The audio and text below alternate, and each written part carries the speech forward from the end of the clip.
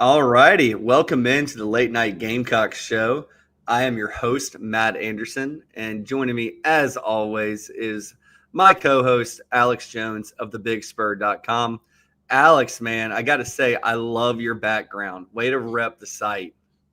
I know it's a whole lot better than looking like I'm doing some type of ransom video or something with a white wall behind me. So I figured it's time. I've been a few weeks now without some type of background. So I think I'm actually just turned around to see if I can see it, and that's kind of the day I've had so far. So here we are. Yeah, man. Honestly, I was going to start asking, Alex, blink twice if you're okay. But tonight on the show, it's going to be really exciting. Obviously, everyone's still coming off the big win against Virginia Tech. We'll talk a little bit about that. Shane Beamer and the coordinators had press conferences. Alex will be all over that. South Carolina State's coming to town. What's it, 7 or 7:30 kickoff, Alex? 7. You know offhand? 7 or 7? 7 o'clock. Okay. So 7 o'clock kickoff there. There are some recruits that are going to be in attendance. Alex will kind of reel those off. And by no means is this a final list. There will be more players added as we go along. We also have a very special guest tonight. We're going to save that as a little bit of a surprise for y'all. Stay tuned to about 8:40, 8:45. We do apologize for starting a little bit late tonight. I actually had real work. That's why I'm not wearing a hat and I'm wearing a golf shirt and not what I normally like to wear at night. So anyway, Alex, I wanted to see, did you catch the comments from the Virginia Tech defensive lineman that kind of made the rounds today? I did not, no. All right, so Virginia Tech defensive lineman Kamari Copeland, who's a really good player in his own right. Mm-hmm. Evidently, he has a show like ours or something along similar lines. And he posted a picture of him attempting to sack Lenore Sellers. And he said, look, I got to give props where props are due. Any other quarterback in the country, I finished that sack, but Lenore Sellers is really strong. And he said, so I got to give props where I got to give props. And he said, then when I didn't sack him, I turned to try and chase him down, and he is fast. He is really fast. So Kamari Copeland is learning what a lot of Gamecock fans and SEC opponents and Clemson fans have seen over the past year from Lenore Sellers. So I thought it was cool to see some props there from Virginia Tech. Obviously, Gamecocks covered in that game. So as nasty, as ugly as it looked at different points, 1-0 is 1-0. Alex, tonight we're also going to talk a little bit about games this weekend. We'll obviously have our best bets segment, which I am very much looking forward to, as always. And but with that, Alex, let's go ahead and start this show off right. Let's get our introduction video, and we'll be right back. Gonna turn on the late night show, hear what's going down in Cooltown.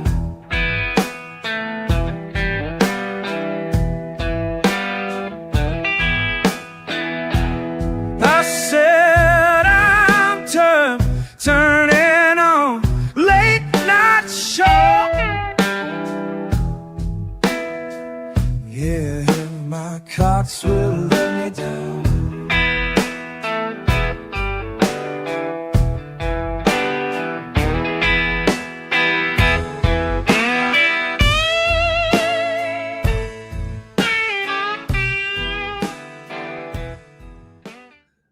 I love that jazz at nighttime. It's finally getting dark outside, actually. I know. It's forever for it to get dark. But it is September, Alex, and we said it just like it was yesterday that it is July, Alex. It is April, Alex. It is March, Alex. But, Alex, it is September 3rd. So what does that mean? That means that there have been some press conferences from Shane Beamer and the coordinators. I think Shane took the mic yesterday, and the coordinators took the microphone today. Alex, I'm going to be honest. Anything you tell me today is something that I'm learning for the very first time. I've been slammed the last couple of days. So, Alex, tell me everything important that I missed and maybe the viewers of the show missed this past week. Yeah, we'll start with Shane Beamer's press conference yesterday. I think, kind of wanted to get an update from an injury standpoint because had obviously the Judge Collier injury. He went down during the game, and he kind of said that, thankfully it won't be long term with him. I'll just kind of read the quote. He said, "We were real concerned about Judge, his injury being long term, but it wasn't. It won't be. Don't know if he'll be quite ready this week. We'll see." But he and Jatius Gear, who also went down with, I'm not sure, we haven't gotten any specifics on his injury, but both of those guys are doubtful this week. But that is, I guess, good news for a long-term thing because it just, sometimes when you see guys with a brace on the leg like Judge Collier had in crutches, that you kind of worry a little bit. But it sounds like maybe they. It won't be as long term as it looks. So that was some good news. And then just kind of hearing from the coordinators today, I thought one of the interesting things that Clayton White talked about today was kind of the speed in that linebacker room. Obviously, talking about Fred Johnson, and kind of just comparing that speed. He kind of talked about how last year's linebackers were fast, but they also had that experience fast too, where they knew what they were doing, so they were playing fast. I think they're going to eventually get to that point with this linebacker room too, just because those guys, you saw it on Sunday. Those guys were flying all around the field. Fred Johnson, Justin Okoronkwo, Fred Johnson, being the co-defensive player in the week in the SEC was absolutely deserved. But I think we talked about it on Rooster Rant that Justin Okoronkwo was one of the guys that when you kind of overall look at it, was one of the guys that just really stood out just from not knowing exactly what we're going to see on Sunday. And I thought he really flashed. And just hearing him talk about how much speed is in that room. And I think it's just now just kind of, building off what you had on Sunday. Now, getting into the South Carolina State game, obviously, you want to, do what you can in this South Carolina State game. And hopefully, things go the way they could go, get some, get a lot of guys and get kind of showcase your depth. Yeah, I think so too. Anything from Mike Shula talking about offensive line, anything on injuries? We and many other people hyped up Shed Surratt Jr. for the right reasons. We did not know that he was in concussion protocol, but that's the kind of thing that coaches don't want to get out right before the first game of the season, or really any game of the season. Anything on offensive line, any jumbling of positions? I know that's been something that a lot of Gamecock fans have been shaking their fists at into the air, yelling at clouds. Yeah, I think just from an offensive line perspective, it wasn't too much of talking about some shakeups and things like that. But Shane Beamer saying, we have, got to be better there and some things like that. But he also went on to mention, look, we're going to be able to run. Speaking for him, saying, South Carolina's going to be able to run the ball. He kind of went back to talk about what they were able to do last year in the run game with Rocket Sanders and those guys and some of the statistics there. So, I think there's obviously still, and he kind of mentioned that he's not concerned at all about the offensive line. And so that's something that I think when you get into the South Carolina State game, you want to see a step there just because you always see big steps from week 1 to week 2. And I think that's, going to be the position group that everybody's going to be keeping an eye on because I think you want to get a push in the run game. And, one other thing that I forgot to mention from Shane Beamer's press conference that he mentioned that, I thought was pretty interesting was he, talking about Oscar Adaway and those running backs. And, he kind of mentioned just the consistency that Oscar Adaway played with that he had in camp. And I think that's just something that's really interesting to hear because you saw it in the it was Mike Shula that was talking about or Oscar Adaway today. So I think, that's something that you saw the Rasul phase on that 30-yard carry that somehow still didn't go for a first down, even for a 30-yard run. But, I think you really kind of see the depth in that room that they have there with Faison and Adaway, who seems like Adaway's really kind of taken a step there and been consistent. And I think he earned those first team reps on Sunday. Yeah, it's interesting. I have a love and hate relationship with PFF. I just think that so much of it is subjective to, the eye of the beholder. But I did pull the numbers for South Carolina run blocking because I was curious. And Alex, who do you think was the best blocking player, keyword player, not offensive lineman, Saturday against Virginia Tech? I've seen the stat. It's Oscar Adaway. Okay. Yeah. No, not Brady Hunt. Really? So in run blocking, Oscar Adaway had a 70.5 run block grade. You tell me what that means. It's the best on the team. It has a green block beside it, which I guess means it's good. But some things that did bother that probably bothered the coaching staff when they watch film, because regardless of what you think about PFF, they're film graders, man. They're grinding on that stuff. So Oscar Adaway, Maurice Brown, Mo Brown, Trovon Bowe, Marquis Anderson, and Donovan Murph were actually the top 5 run blocking players on offense. Josiah Thompson, who had a forgettable day, he got a grade of 43.6. Brady Hunt got a 45.1. Rodney Newsom a 49.5. Kason Henry a 53.8. So you kind of wonder why Oscar Attaway outsnapped Rasul Faison so much, because I think we all thought that Rasul Faison was going to be the clear-cut guy. But sometimes when you peel the layers of the onion back, you can see that, okay, the offensive line was struggling. Who's our best blocking running back? Okay, it's Oscar. Lenore Sellers is the most important part of this team, offense or defense, for South Carolina, and you have to do what you can to protect him. Looking at it, I don't like kind of you mentioned earlier, Josiah Thompson. I mean, we'll see if Rodney Newsom starts. I did see a depth chart in the a couple seconds I could peel away. I saw Rodney Newsom still starting at left guard. Josiah Thompson at left tackle. Kason Henry didn't have a great day at right tackle. This would be a situation where I think Shane is confident in the offensive line. However, against a team like South Carolina State, if you're still whiffing and allowing them to blow off your offensive line, I think you might see some of the shifts that we talked about with the depth of this offensive line. And look, this game is going to play slower for the offensive line than it did against Virginia Tech. Take out first game, you're playing against a really good Power 5 level defensive line, not SEC level. I'm not saying they're top 25 in the country even, but I am saying it's going to be a lot different than playing against Central Arkansas State in your opening game. That's a lot different. So we'll see what happens this weekend, but I would not be surprised to see a quick trigger with some of these offensive linemen as they have to gel and they have to get ready for Kentucky and they have to get ready for Vanderbilt.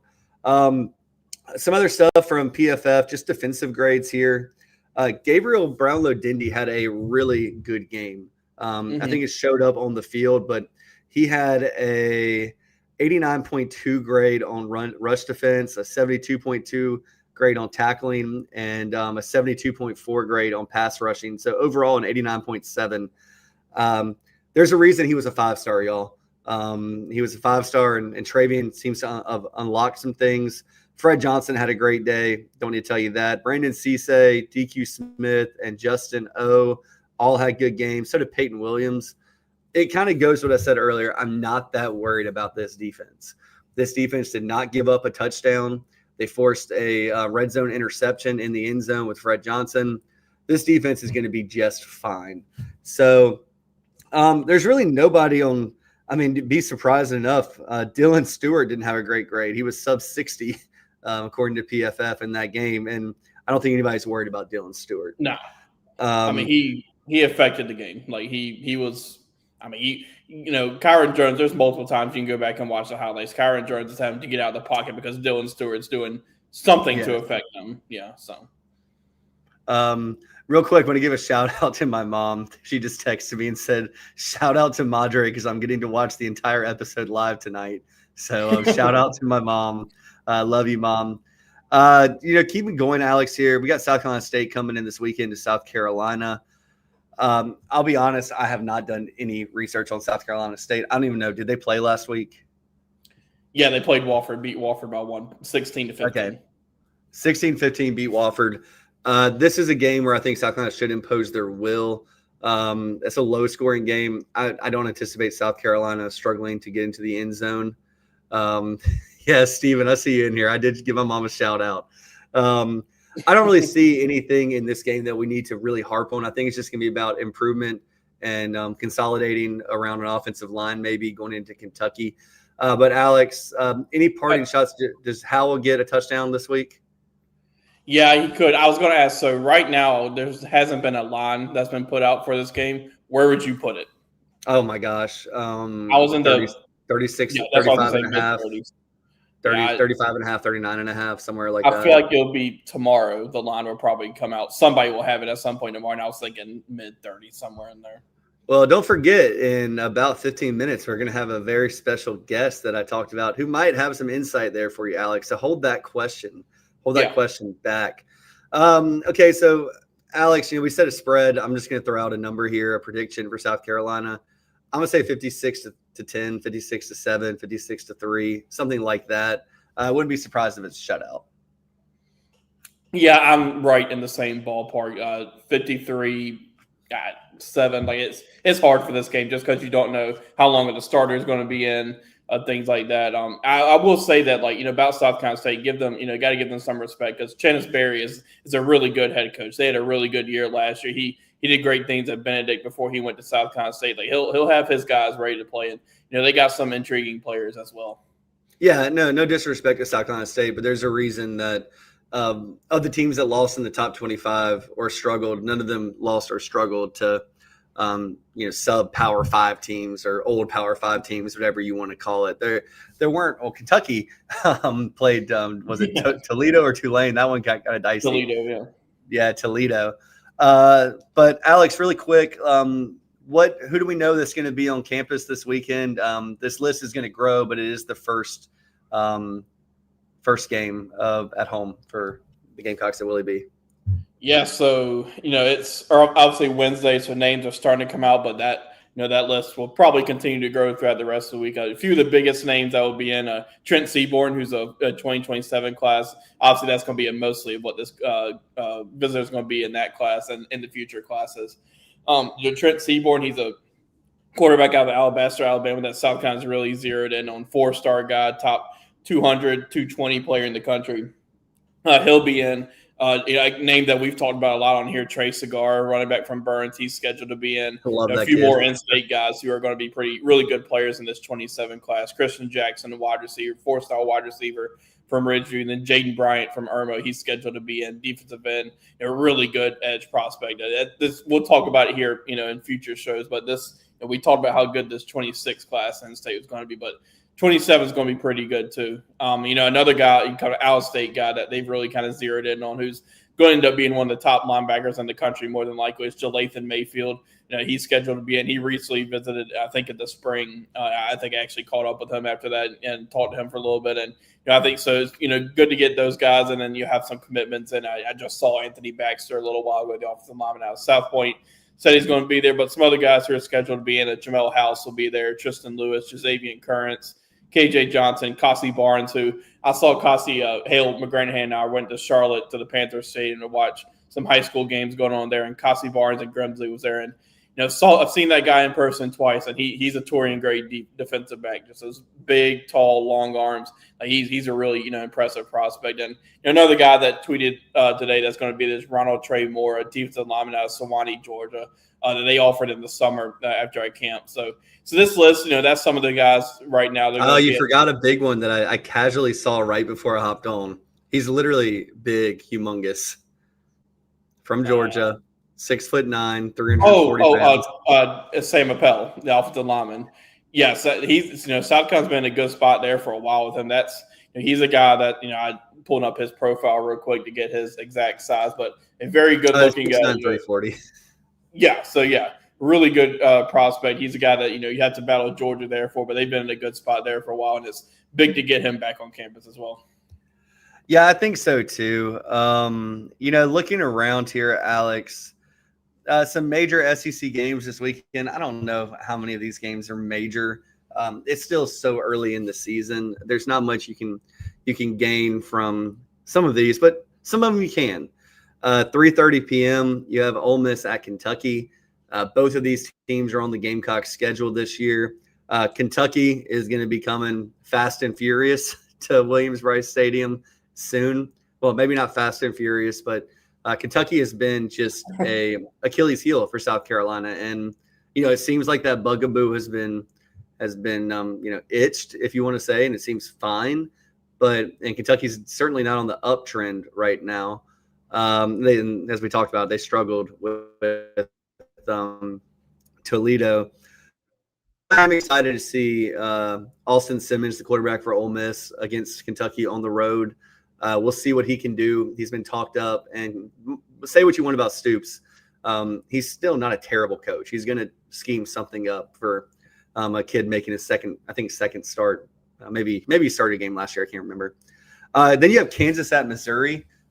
Missouri is another team that's on the Gamecocks schedule pretty soon. Kansas, we talked about them in week 0. It's going to be a pretty big test for Missouri. probably more of a test than it was for Virginia Tech and South Carolina, I think, because Missouri still has a lot to prove.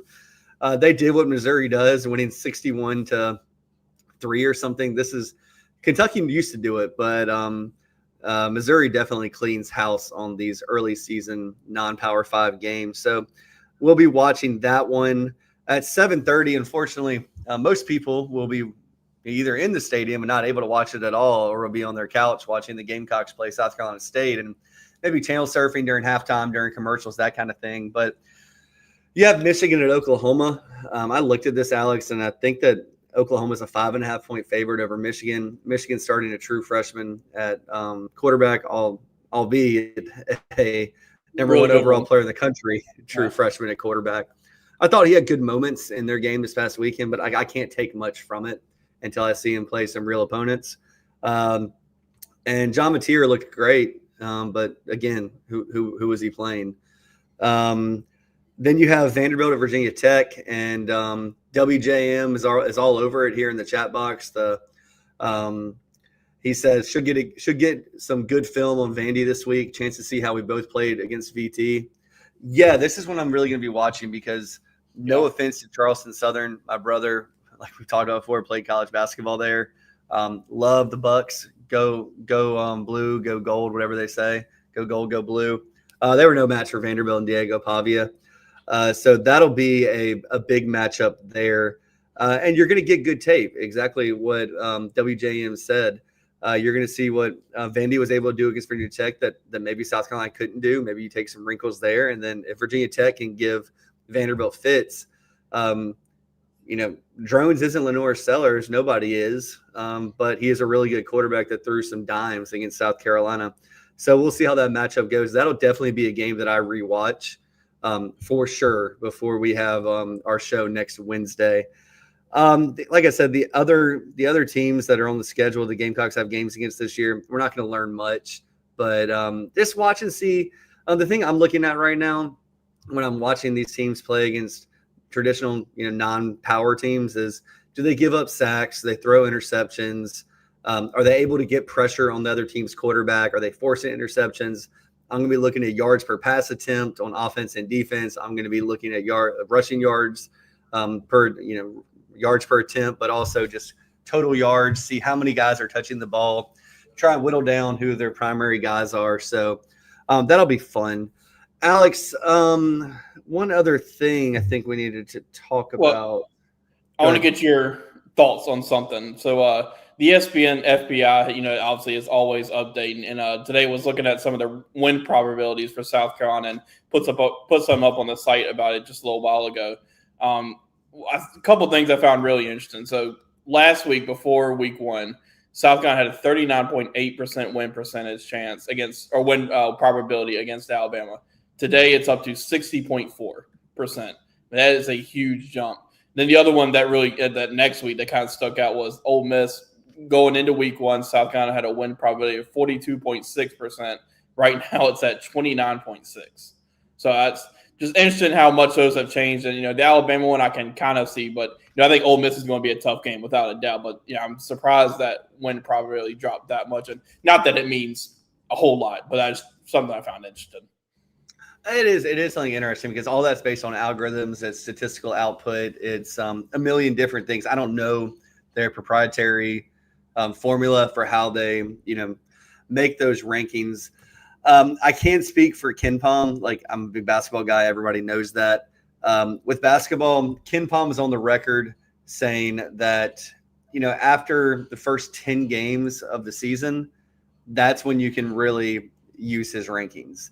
There's so much that's weighted on the previous year, returning production, estimates on what the incoming freshmen are going to do, transfers, all of that. That takes about 10 games for that to wash out. Yeah. Now, 10 games in college basketball is, roughly, it's 25% of the season for the eventual national champion and national champion runner-up. For South Carolina last year, it was a third of your games, right? So we'll be looking at that. I want to see how it shifts and changes because if it's a lot of algorithm-based, we'll kind of see what happens there. But yeah, we'll see what happens. We'll see how those numbers shift. That's a humongous shift. I mean, that tells me right off the cuff, we'll go with Alabama, is they did not have Florida State rated highly at all. At all. I don't remember where they were before, but yeah, that's obvious. That's what's going on there. Yeah, I'd be interested to know where Florida State is in the FPI if you have it. I don't know if it's going to show where they were last time. I can look it up real quick. They are Florida State. If it will pop up, they're at 40. Okay, so they're at 40, so that means that they're still not getting much credit. So that tells me that there's still a lot of last season baked into it, because that they played if Alabama's a top 25 team, Florida State's a top 25 team. Yeah. So that's a good point, Alex, and we'll see where South Carolina ends up. What's South Carolina's projected win-loss just based on those predictions? Do you have it by chance? I think it was 8-4. That's kind of where it is right now, but it's kind of on the verge of being that 9-3, 8-4 mark. Well, we're going to go ahead and hit a timeout here when we get back. We'll probably have somebody that has a little bit better handle on that than we do. Really quick, I do want to talk about the chat box real quick. Steven asked, do you remember, Matt, when Charleston Southern was called Baptist College? I know they were called Baptist College. I don't know when they were Baptist College. I don't know when they changed, but there's still a lot of Christian at Charleston Southern, so we love that. WJM41 says, hopefully we're able to get Lenoris out by halftime and let the younger guys get the reps. Absolutely. You don't want to risk injury. You want everyone to start getting involved in the games. You want everyone – that just helps team camaraderie so much. So that's great. But, Alex, let's go ahead and hit our sponsor break, and when we get back, we'll have our special guest. Morning, Carl. Usual? Yeah. Your oldest was in here the other day. Said the two of you took a trip down to my neck of the woods. How'd that go?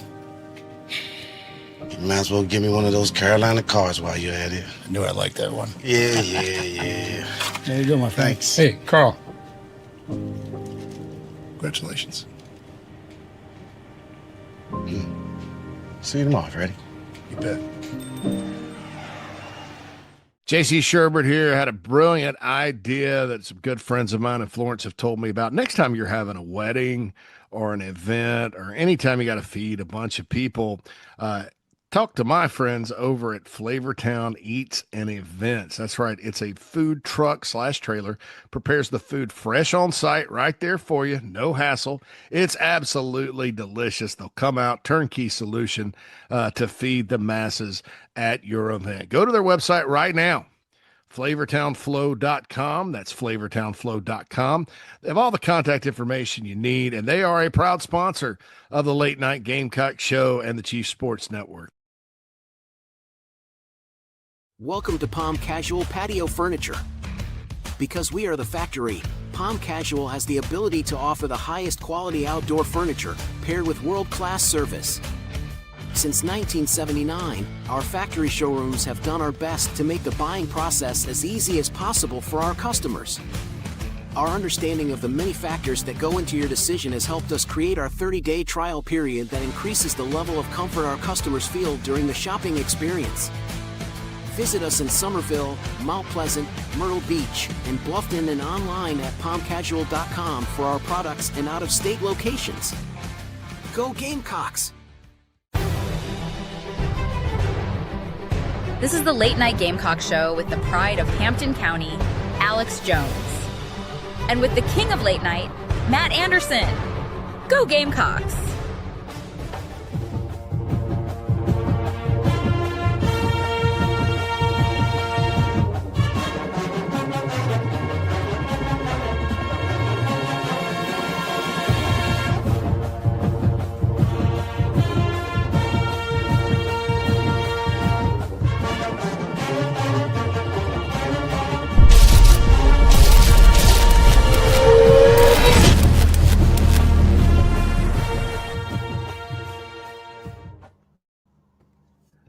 Well, welcome back into the Late Night Gamecock Show. As always, want to give a big shout out to our sponsors. Go to flavortownflow.com. Talk to Kirby. He's one of my best friends in the world. He's going to treat you right. It'll be first-class service, first-class food. You will be booking your next appointment or your next catering event before the food truck pulls out of your yard. I promise you that. And then Palm Casual, the weather's getting better. It kind of felt like fall this morning, Alex. I was out I was out of the house at 5:30 in the morning. There was a bit of a nip in the air. It's perfect time to go sit on your back patio, have some Palm Casual patio furniture, and just enjoy it. It's wonderful. And then the South Carolina Education Lottery, I was a life scholarship recipient, helped me. And also helps Gamecock NIL. So make sure that you're partaking in that. But without any further ado, Alex, let's go ahead and bring in our guest for the evening. So what's up, Justin? How you doing? Hey, how's it going, boys? It's going good, man. So I'm so happy to have Justin on the show. Justin and I actually go back. It's sad to say, Justin, it's 20 years now. Yeah, it's flying by. We're getting old real quick. Yeah, it's 100% flying by. I don't know if it's on me, Alex, but Justin kind of glitched out there. But so Justin is actually from Hartsville, South Carolina. Back in the day, we had, I wouldn't call it battles necessarily, Justin, but Justin and I had a great agreement that when we were on the court together, we'd let the other one shoot because we were both good shooters and we wanted to get in that box score. Justin, you probably averaged like 18, 20 a game your senior year. I never got up to that level. Well, that's gracious. I appreciate that. I don't know if it was that high, but we'll go with that. There was some battles between Hartsville and Florence for sure. And that's, if you were to ask me to go run up and down the court right now, I'm not sure I can make it, but maybe 4 or 5 times, before I'm taking myself out, Justin, man, I tore my Achilles about 6 years ago playing ball. So I'm a straight half court guy, 3-on-3. I don't even like to shoot anymore, man. I just pass the ball, let other people score. I'm just there. Yeah. Well, I played a lot, even going to Carolina, I played, the intramurals and pick up, after classes and whatnot. But once I graduated, that is far and few between, I hear that. Well, so Justin's actually going to be a regular guest on our show, especially during football season and moving into basketball. Justin owns a company called sportscapvalue.com. He provides daily picks for pretty much every sport that exists, the way that I understand it. I'm sure right now, man, it's so much college football. NFL is right around the corner. So you're a busy guy. But tell us how this started and what you do on a day-to-day basis. Yeah, for sure. Well, first of all, thank you, Alex and Matt, for having me. Love the show. Been kind of tuning in, and really want to thank you for the opportunity to be on and maybe going forward for the future. So for the time being, far as how I got started, I think, kind of go back a little bit when, kind of growing up during the high school, the junior high, the high school days, was kind of got introduced to the sports betting when it was, well before the smartphone, so to speak, where it was the paper cards, the parlay cards, and like you had to call in to the bookie. Well, I knew a friend of mine was involved, his father, blah, blah, blah. You know how that story goes. And I just was very intrigued by the numbers and how it worked and didn't really think anything of it, but kind of picked it up a little bit in college, and me being a numbers guy, kind of fell in love with it. And then kind of fast tracking back in 2018, the feds passed down the law to the states, which was a big thing back in 2018. We're going on 7+ years now. Unfortunately, South Carolina has not adopted that law or passed law for legalized sports betting. But I got this kind of itch to kind of start my own company, and I fell in love with it. I've obviously done some sports betting through the years and been pretty successful at it. So just got this kind of aha moment. The light bulb went off one day, and I was like, well, what if I provided picks? I'm having success. I'm tracking my numbers and I'm having success. What if I provide that service to sports bettors that maybe are amateurs, that are struggling, that maybe they do it periodically, maybe they do it daily. And it kind of hit me that, okay, we have a thing here. And that's when I created Sports Cap Value. Did it for several years, kind of tracking the numbers and whatnot. And then on January 2023, we went live officially with sportscapvalue.com. So, man, that's awesome because, I remember those parlay days. I remember, there was always somebody's uncle that had a parlay card and relied on a nephew to pass it around the high school. And then, you hide it from your parents. They're like, what the heck is this? And so much fun. So we got your introduction. You know, I've known you forever. I think you're super bright, super smart. Obviously, you have a great company going. So let's get into the brass tacks of the matter here, Justin. Let's talk about this past weekend as it relates to the Gamecocks. Gamecocks, Virginia Tech. The game was in Atlanta. I know you were there. I was there. Alex was there. So I was actually excited because I was like, man, I can live bet before the numbers get right. I didn't do it. I did place a small bet. Do everything moderately, do what you can afford. But now that we have Justin here, Justin's going to make everyone millionaires. No pressure. First of all, gamble responsibly. Yeah, absolutely. So Justin, just point blank, Alex and I both predicted the Gamecocks to cover. We predicted a lower score game. We both went with the under. I don't think I saw a 7-2 score or a 10-8 score or whatever it ended up being. The way it fell out, but I mean, some of that's Beamer ball. So Justin, just walk us through your thought process going into the game, and if you made any recommendations. Yeah, for sure. So I was following leading up to when the lines came out. With it being week one, lines kind of come out pretty early. Like from week to week basis, you're not getting lines maybe 6 days before. But with this being the first game of the season, obviously that line had come out, I think, at like 9.5 or 10, give or take at the beginning, and then by the game on Sunday, it was at 7.5, 7 or 7.5, depending on when you get it. So I had it capped at about a 9 or 10 point, favorite for South Carolina. So, I mean, that is extreme value that I think on my end. So I gave that out as a play on my website, sportscatvalue.com.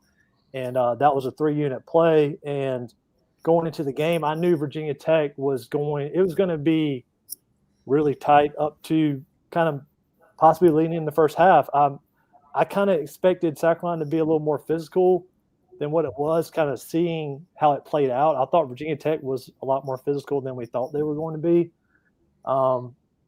But going into halftime, obviously a safety, you have a little odd score. And to be honest, you never know what's going to happen in the second half. Obviously, when you've placed a wager or you recommended plays, it's out of your hands at that point. I'm not suiting up to go play quarterback or wide receiver or what have you. So we need to do offensive line, Justin. Offensive line this past week. Yeah, I thought South Carolina would win handily, but I mean, I'm not gonna lie, I was nervous there at halftime when I went down to get me a Miller diet, or so to speak. Kind of calm the nerves there, but at the end it worked out. Okay. How'd you like the over/under number? Where you have a feel one way or another there? The over/under was at 51.5. I liked the over, especially when they came out, in that first kind of scripted drive, with Virginia Tech deferring to South Carolina, and then South Carolina just going down the field and kind of having their at will and then scoring easily, and then all of a sudden they hit a wall for a whole half, give or take. So by halftime, I knew that over/under was probably in doubt. Yeah, absolutely. Before we talk more here, and I'm sure Alex has some questions for you as well. I do see some questions that are popping up in the chat box right now. So Justin, really quick, do you recommend picking teams or totals for better success? It depends on the value. So it's kind of talking out of both ends of my mouth there, but what we're really focusing on is the value when it comes to plays. Do we have an edge on one side or the other? And that's over/under on the game total, or a side bet, taking the underdog or the favorite. Yeah, absolutely. And then one of the questions here we have from Steven is, why does South Carolina not get on board with sports betting? Is it a moral issue? Is it something you think is going to change anytime soon? Well, I've had conversations behind the scenes with lobbyists here and there, and it is not at the forefront of topics for discussion. And, South Carolina, kind of give you a quick history. I think, South Carolina's part of the Southern Belt, so to speak, and things don't move traditionally as fast as other states, as you know. So I think, will it pass eventually? I think it will, but it just depends on what happens with the House and the Senate. I know it's been brought up before, but it really hasn't gained any traction. but I think it will when you can spend it enough where we can use that money for infrastructure improvements, for teachers, for education improvements, and that's what other states are doing. I know the state of Tennessee is very big on. That's what they've kind of crafted their law for, and I think South Carolina. There was kind of some notions of South Carolina was trying to follow theirs initially, but if it's gaining momentum at this moment, it's not. Yeah, and WJN41 in the chat box has a really good point. South Carolina was very slow to adopt the lottery, which is weird because the poker machine stayed for a really long time, but the lottery took a little bit of time to come in. Yeah, and that's the thing too is like, I mean, you can go on. I mean, this is a plug here, but you can go on DraftKings, you can go on FanDuel or whatever and play daily fantasy all you want, or you can go on Prize Picks and do parlays, and which are terrible for you in the sports betting industry because the odds are stacked so far against you. And that's legal, but you can't go, or you can go buy a lottery ticket and scratch off. There's nothing involved. It's all luck. Yet we can't wager on a game or take a player prop, or what have you. Oh, man, it was funny. So we had a bunch of guys in Atlanta this past weekend, and one of the guys that was with us, he's a crazy guy. He went and bought 9 lottery tickets in Georgia. He was like, we're going to have luck in Georgia, boys. Scratched 9 of them off. Nobody won anything. So, that's why I do like folks like you, Justin, because you've done your research. You find the value. It's really not luck when you do the research. You might have bad breaks. A team might fall flat. There might be an injury you can't predict. Sports are hard. I mean, it's difficult. I mean, you were a great shooter, but I mean, if you shot 40%, you're Steph Curry. You're in the Hall of Fame, right? Yeah, that's right. At that volume, especially. Yeah, and I think there's a misconception when it comes to sports betting that you got to hit it like 75%, and that's just not the case. The best in the world are at 55, 56%, so 5.5 out of every 10 bets. So, well, I'm with you there. So, Alex, any questions for Justin while we got him here? And we got plenty more to get to. Yeah, I'm actually going to steal one of Matt's questions that he had, but he'll be okay with it.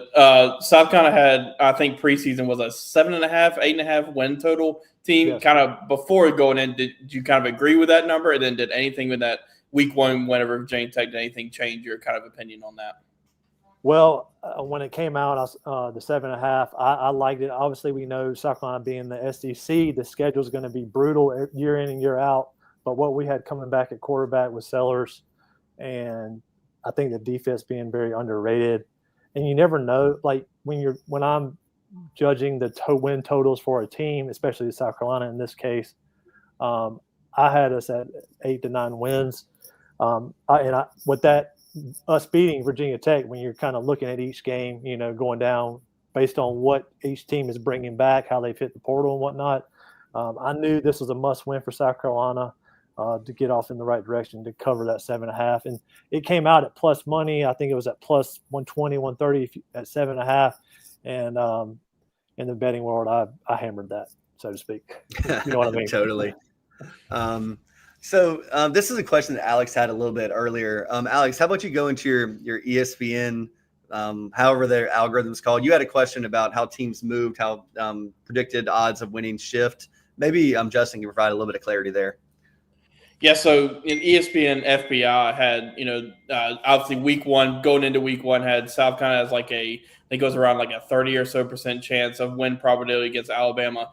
After what happened in Tallahassee this weekend, that's shifted all the way to 60.9%. Is that just something that, you feel like that just kind of came with what happened in week one, or is that just something with how things kind of move in there?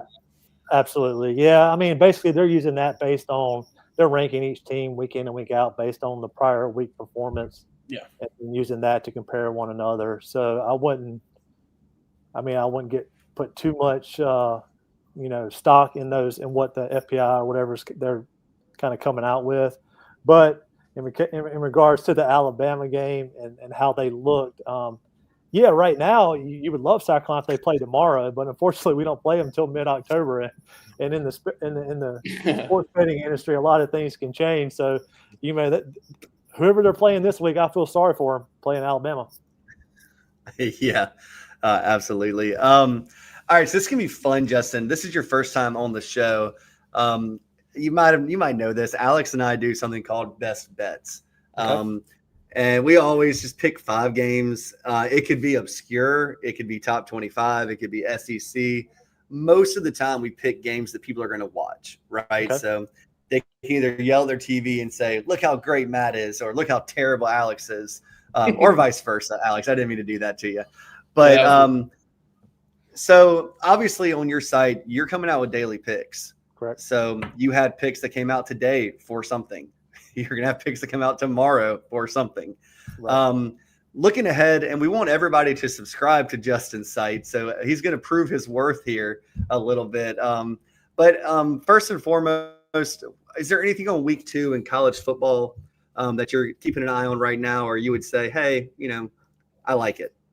Hold on, I'm pulling up my stuff, and just what I was as I was prepping to come on the show. I mean, kind of just early analysis, looking at stuff. I think an intriguing game is Kansas at Missouri, kind of getting 6.5 there. You don't really know what Missouri is going to. They played a cupcake, a high school team in the first week, and then Kansas has already got 2 games under their belt. Yeah. So, I expect that that's somewhat of a rivalry. I think they play a lot, and Old so Big 12. I kind of like Kansas there, just kind of off the cuff right here. I like Oregon State -3. I just think Oregon State's in a good spot there, playing Fresno State. And then one I think is who South Carolina played last week, Virginia Tech. They play Vanderbilt this week. So I know they matched up last year, and I think Virginia Tech is going to surprise a lot of people. Just what I saw firsthand, because I was at the game. They were pretty physical. I think they attacked the portal pretty strong. I would not be surprised if they win 8-9 in the SEC this year. Yeah, I'm right there with you there, Justin. Alex, anything before we get to our best bets? Because this is going to be my favorite part, because Justin's going to listen to us and be like, oh, no. And that'll help our viewers too. But we got to stick to our picks, Alex. Yeah, I know. I think, Matt and I were talking about this earlier, like haven't really seen a line for the game this weekend for South Carolina versus South Carolina State. Do you kind of have an idea of where you think it will land, or where would you think it'd land? It's probably going to be in that 40 to 45 is my guess. Okay, so that was higher than us. We said 35 to 39. Yeah, but that's why we have you here, man. Yeah. I mean, I could be wrong. I'm not. I mean, I miss a lot too. So it's part of the business. All right. Well, so really quick here, just looking at I'm gonna pull this up. I have this from last week. While I'm doing that, Justin, you tell everybody again where they can find you, your social media stuff, your website, all of that.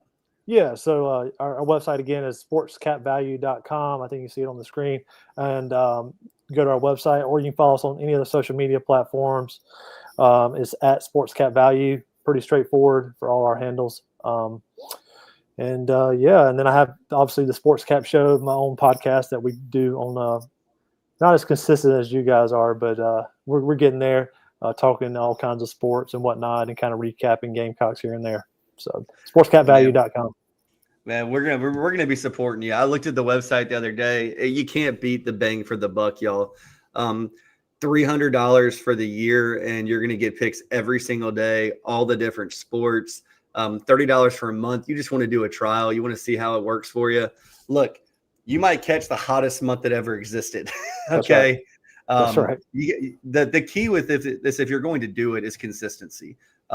So really quick, we have you. I'm going to get to the best bet segment in a second, but talk about bankroll management. Talk about, not overextending yourself. Do you chase? Do you not chase? Just some general practices. I mean, don't do a parlay. We know that, but just some general stuff here to give some wisdom to our viewers. Yeah. Quit watching all these social media platforms that are boasting about somebody hitting $1 million parlay. Stay away remove that word from your vocabulary. First and foremost, stay away from parlays. Now, if you want to have one or two here every now and then, a 2 or 3 leg, go for it. Whatever makes you happy. But when it comes to bankroll management, and it's really about, first of all, I'm serious when I say this. Gamble responsibly. Do not, only lose what you can afford. Take out all your bills, all your more whatever. Don't be jeopardizing any of that. Use it as your play money and develop a unit system. And what I mean by the unit system, and it goes back to bankroll management, is we put out the unit system. And that unit is usually we give out 1 to 3 units based on my level of confidence in the research that I've done for those plays. So a unit is usually about 1% of your bankroll. So, you do the math, 1% of $100 would be $1 or 1,000 would be $10 and then so on. And then as you continue to grow, bet those daily and you stay consistent, that bankroll should grow over time. And then you can increase that unit amount per bet, if that makes sense. Yeah, it does, Justin. And quickly, in a given day, a given slate, look, if you listen to a podcast from Las Vegas, you're going to get overwhelmed with data, with information. There are 87 good plays that day. Like, yeah, sure. If your bankroll is $1 million and you want to play 87 games and you're doing the unit system that Justin's talking about, awesome. But is there any like max exposure amount you should have of your bankroll at a given time to make sure you don't just blow all your money? I don't know that I would do more than 10 or 20%. Yeah, on the just to be safe. A big problem with folks is your typical daily sports bettor is let's say they might have 5 plays on a certain day, on a certain Saturday, or 10, and they go 3 and 7, and they get just kind of whacked that day. Well, they want to search for a late night game on the West Coast, and they just they throw something against the wall and hope it sticks. And next thing you know, you've doubled down and you've lost again. And then next day you're rolling downhill in the wrong direction. So you don't want to do that. You want to bet with no emotion. You want to bet with what the data says, what the number says. And if you're disciplined and follow the unit system and really manage your bankroll, you can turn this into a really profitable business. And that's the exciting thing, because for this show in particular, we have South Carolina State coming up. I'm not going to go down to the 3rd depth chart running back at South Carolina State for this show. Yeah. But that's why I wanted to get some betting principles in here, because when Justin comes on the show on Wednesdays, and we're talking about doing some Sunday stuff too to recap the weekend, maybe talk some NFL. We're not going to talk just college. If he has a bet that he's like, hey guys, I feel good about it. It's a high value for me. We're going to talk about it. So that's why we're doing this on this show. If you have questions, reach out. He has his social handles out there. He's got his website out there. I'm sure he'd be happy to, he's not going to talk to you for 24 hours straight in a day about every game, but at least so that you can go to the site. It's reputable. I trust Justin. That was enough for Alex. It was enough for the Chief guys. So we're going to talk quickly about last week. Alex, so we have our best bet segment. Justin might be hearing this for the first time, but we picked 5 games. Alex, we're going to start out. You went Baylor money line. That was an L. Then you yeah, there you go. Then you had Georgia Tech plus 4.5. Obviously, they won that game outright. I think you might even have minus 4.5, which I think would have still hit. And then you have ECU plus 14. That hit. Alabama minus 13.5. That didn't hit, but trust me, dude, you were not on an island on that bet. You were not by yourself. Disregard me picking that. And then you had Central Arkansas plus 36.5. That did not hit. So 2 and 3 week for Alex, but just like Justin just said, 55% is fine. So I'll give you my picks really quick, and then Justin, just get your take on some of these before we give our week 2. Maybe Alex and I change some picks based on your advice here. Okay. But I had Ole Miss minus 35.5. That was a win, and that is purely because I think Lane Kiffin is going to try and score every time he can against anybody. So I liked that. Notre Dame minus 2.5. That was a sucker bet I should not have taken. That was a loss. Notre Dame, Miami under 49.5. That was a loss. Alabama, Florida State under 50.5. I survived that one for a win. And Old Dominion plus 23.5. Took that. That was a win. And so Justin's figured this out. We do this on Wednesdays. So line shift, we just use the line for that Wednesday. We don't follow the lines or anything like that and change it. Sure. So I guess with that, before we get to week 2, is there a best day of the week to bet? I mean, is it just when the number hits that you like? Will you send out a Saturday game on a Wednesday? Not usually. I will go ahead and kind of have some picks kind of pre-picked and then kind of watch it and see how the line moves before I put it out on the day of. It all depends on, like, there's a thing called closing line value. You get a number and then several days pass or what have you before the kickoff or whatever sport it is, and then that number drops or whatever way, and you're getting a better number than what it was at the start of the game. That's really key sometimes if you pick the right game. So, but I'm more of an opinion that I want to have the most information I can leading up right before the kickoff for talking about football in particular. So I like to just, I don't know what the best way to describe it is, but when you just pick, I don't know how to describe. Well, I'll put it this way, Justin. Maybe it's like this. I like to have my fantasy football draft the night before the season starts. I want all the information. I want to know everything. I mean, if you had bet on South Carolina, look, it hit. You like the number, but you didn't know Shed Surratt Jr. wasn't going to play. Nobody knew that. Right. Alex and I didn't know that till about some stuff started leaking out the night before. And then on game day, about an hour before the game, everybody knew. That's critical information for South Carolina. Now, it's a freshman offensive lineman, true freshman. But if a quarterback's in concussion protocol, I want to know if he's playing or not before I place a bet.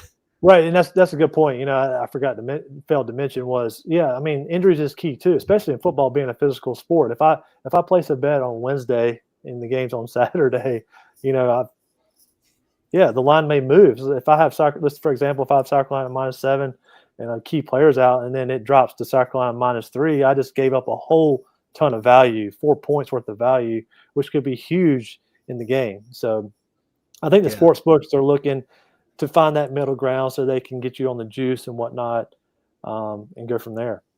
Yeah, I'm right there with you. Alex, so it's time to give our week 2 best bets. This is where I'm going to be watching Justin's facial reactions, and I might switch it up. No, I'm not. I'm going to go straight forward. What we normally do is just alternate, Justin. Feel free to throw any commentary you want. Alex, you want to go first or second this time? I do have a 1-game lead, so I'm excited. Oh, I'll go first then. Yes. I will go first. I'm going with Pitt is 22.5 favorite over Central Michigan. I'm going to go they cover 22.5. They dominated. I know it's 2 different teams, 2 different levels, but they dominated Duquesne and kind of ran the score up. Scored 61 on them last week, so I think they're going to cover that spread against Central Michigan. A team that's going to be a little bit better than Duquesne, but I think they still cover. Yeah, see, there's your obscure stuff, Justin. Yeah, I mean, initially that's a game that I would probably stay away just from. But one thing, you kind of refer to, like, going back to the opponents they played in the prior week, take that with a grain of salt. Yes, it's something to evaluate, when it comes as part of picking games, but just keep that in mind. All right, I'll go next. I have circled the Iowa and Iowa State game. The over-under right now is 41.5. And Iowa State is a 3.5-point favorite. I doubled up here. I think that I'm taking Iowa plus 3.5, and I'm also going to take the over 41.5 just because I think that's a very low number, and I know Iowa, blah, blah, blah. They defense, no one scores, just a 7-0 game, 7-3 game. I'm bucking the trend early, and I think that I'll take the hook with the 3.5. Okay. I'm going to go against you here with the total. I don't think Iowa can score on a high school football team. So I'm going to take, with the under being that low initially without looking at anything, I'm going to take the under actually. And I actually like Iowa State, but I would buy the hook. I'm not a big fan of buying the hook, but in this instance, I would buy the hook. All right, so next for me, I'm going to Illinois and Duke, who I think is actually going to be one of the more intriguing games this weekend. Over-under set at 49.5. I'm going to go under in this one.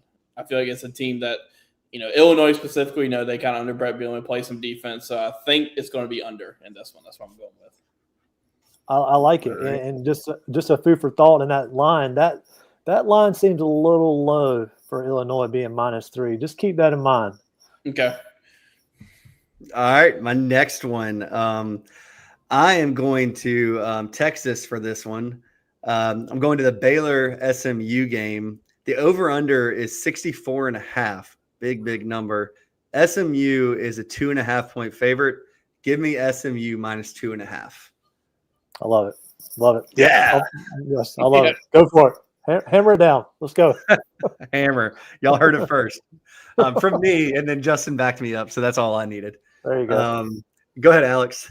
All right, so my third one, Ole Miss is 10-point favorite against Kentucky. I got them covering the 10. Kentucky, I know you said don't look back at week 1 games, but I mean, that Kentucky offense, they struggled against Toledo, and Ole Miss, when I look back to last season, that was the game that kept Ole Miss out of the playoffs, that loss. And I just feel like anytime Kiffin's got a chance, he's going to probably try to put up some points in this one. Yeah, I mean, a lot of people are kind of not really talking a whole lot about Ole Miss, which makes me a little worrisome when South Carolina goes to play them later in the year. I think I'm with you on that. I like Ole Miss to cover here. I'm with you on that. All right. Hey, let's make it 3 for 3 because that was one of my picks. Just for the record, the over-under is 50.5 on that game. So Alex and I and Justin gives his little moral support there for Ole Miss minus 9.5. Alex, do you have one more, or how many more do you have?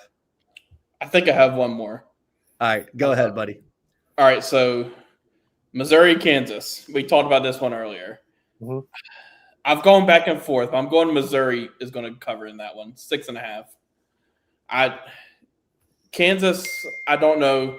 Jalen Daniels, I think, is a good quarterback, but I don't know. I like Missouri's defense in this one. I feel like they match up pretty well. Yeah, right. I mean, them being at home, it's really early in the season. I guess we'll see. Wait and see. Yeah, I feel like y'all are butting heads based on what. No. I guess you have to check out the website, but we'll see if that's a play later. Come Saturday morning. There you go. I love that. All right, so I'm going down to Florida for my last game of the week. South Florida travels to the Florida Gators. The over-under is set at 56.5, and Florida's a 17.5-point favorite. Give me South Florida plus 17.5. Put it on the board. I like it. I got to see Florida really be a good team before I'm going to give them 17.5 points to win by 18, 21, something like that. So that's it. That's the best bets. Justin, anything there? Are you? I guess my question is: are you hungover from the Boise State win? Yes, I am. Yes. Okay. No, the hook is good there. I don't know. That's probably a stay away from me just because I want to see a little more from Florida. I'm with you on that. And you don't really know how South Florida is going to be. I don't think Boise State is what we thought they were, obviously, how they played in that first game. But them playing in Florida early, I think it was heat and humidity was a big issue for them in that first game. And then Florida played, I don't know, a no name. They won like 55-0, I think, or against somebody this past Saturday. So yeah, I think you take the hook with the hook there. You take that, and then if you lose, you lose. That's kind of where I'm at with it. Well, so next week we'll have an updated count. There's not really great games this week. I do want to get your take on one game in particular, and the main reason, Justin, is because it is a team that South Carolina will face in a very big game later in the season. It's a fair game at Williams-Brice Stadium. It's Oklahoma. Oklahoma is a 5.5-point favorite over Michigan right now. The game's in Oklahoma. Look, I can sit here and say all day, Michigan's got a freshman quarterback. John Mateer's been there, done that. First time at Oklahoma. But something about it just tells me, I'm going to stay the heck away from it. I don't have a good feel. Yeah, I agree with that. I think it's one of those – when I was looking at it initially, I didn't put that on there. We were talking about kind of early look on games. I went over that one. I didn't like what I saw just initially. So I'm with you. I think it's a stay away. We'll see if that line moves. 5.5 is more of – you see that more in an NFL-type line. Oklahoma brings back – obviously they got the new quarterback, the Heisman hopeful, and Mateer, and they've hit the portal. Just a big year for Venable. It's kind of make or break year for him. And then Michigan coming off a disappointing year after winning the national championship in the year prior, but they've got the quarterback as well. So I think it's too early to tell in this moment. Yeah. And another game too. We kind of talked about it a little bit, that Vandy Virginia Tech game. Like I think it's 1.5 right now for Virginia Tech. Like kind of feels like another game to stay away from, because I think I could see it going either way, to be honest, in that one. Like it's a game that I think Virginia Tech really needs, Brent Pry really needs, but also like I'm intrigued by Vanderbilt. I think they got a chance to be pretty good again. Yeah, I mean, not to put too much kind of stock in Virginia Tech, but I was very impressed with how they played Saturday. Yeah. I know South Carolina only won by, was it 24-11, I think was the final score. So them being in Virginia Tech, I think I think they lost to Vanderbilt last year, if I recall correctly. Yeah. So I look for this to be a payback game. If I had to pick today, I'm taking Virginia Tech. All right. Well, so what is your email address again, Justin? I want some people to reach out to you. Maybe you'll do something special for the first 5 or something that reach out. Sure. So what's your email? Where can people reach you? It's sportscapvalue@gmail.com. All right. So I'm going to be number 1 emailing him because I want something special. But look, I'm really excited to have Justin on the show. Alex, it's always nice to have an expert, especially for this type of segment. And it's something that's very popular. And we're going to be talking South Carolina a lot most of the time, especially as the games get more and more important. But we all love college football. And NFL is going to be here literally before you know it. One more sleep and NFL is here. I do want to say really quick in the chat, Justin, Steven asked, over under 6 wins for the Falcons, LOL. It must be his team. I'm going to take the over, so go with it. I think they're going to be. All right, there you go, Steven. That's a free one for you. And WJM41 says, get your picks in before the Miller diets kick in. Very sound advice. That is, yes. Amen, brother. All right, Justin. Well, we'll let you get out of here. Thank you so much for joining us, and we'll see you, if nothing else, next week, a week from today. We'll talk some more college football, and we'll see how the schedules work and Sunday night. And if you want to come on, you're always welcome, my friend. Yeah, that sounds good. I appreciate the opportunity. I look forward to talking to y'all again. All right, man. We'll talk to you soon. All right, take care. Bye. All right, Alex. So I got to say, I don't feel too good in my picks right now. I know. I actually, in the Missouri-Kansas game, I was going to go one way. Then when he started talking, I was like, I may be wrong. I may need to go a different way. Well, like I said earlier, Justin's as good as they come. Honest, hardworking, just one of the best people that I know. So really excited to have him involved on the show with us. Make sure you go to his website, sportvaluecaps.com or sportsvaluecap.com. Check him out. Send him an email. He gave you the email, sportsvaluecap@gmail.com. If I messed that up, go back 35 seconds. It'll be there. But he's going to do something special for the first 5 folks that email him. So looking forward to that. And Alex, any parting shots before we get out of here? I guess I'll see you Saturday. Yeah, another fun show. Really enjoy Justin's his segment and getting all those picks in. And seems like it's a lot that you can get from him. So, I mean, it's a pretty good show. Another good show, South Carolina State this weekend, and then SEC play starts next week. And then before you know it, we'll be talking a whole bunch of other sports as well. Yeah, and in the chat box, the South Carolina Sports Chief South Carolina has put in the email address. Get in touch with Justin. That'll be fantastic. Looking forward to recapping the weekend on Sunday night. Looking forward to talking about some recruits. This is a great opportunity for the coaching staff to get really involved with these coaches. I mean, with these players, prospects, families. It's a great environment. So we hope to see everybody at Willie B this upcoming Saturday. 7 o'clock, some games we talked about to keep an eye on again. So SEC has some notable games, some good games across the country. It's football, man. We love it all. Alex, really quick, have you had a fantasy draft yet? Yes, I had. We had ours last week, I think. How do you feel? Better than I did last year because I drafted Christian McCaffrey #1 overall last year. Then like a week later, he got hurt and didn't play for felt like the whole season. So far, I feel pretty good. Yeah. Yeah, I'm kind of worried about my team. I have Patrick Mahomes and Derrick Henry, and I just feel like maybe they're done. I don't know. But, yeah, I mean, you can't go wrong with Mahomes though. I mean, because he'll give you those rushing touchdowns too. Yeah, exactly. Well, again, we want to thank everybody for joining us tonight. We hope you enjoyed the show. When you spend your time with us, you give us the most valuable thing you have, your time, and it's never not appreciated. We thank y'all so much for being here tonight. We will see you Sunday. Can't wait. And Alex, always a pleasure. Talk to you soon. See y'all soon.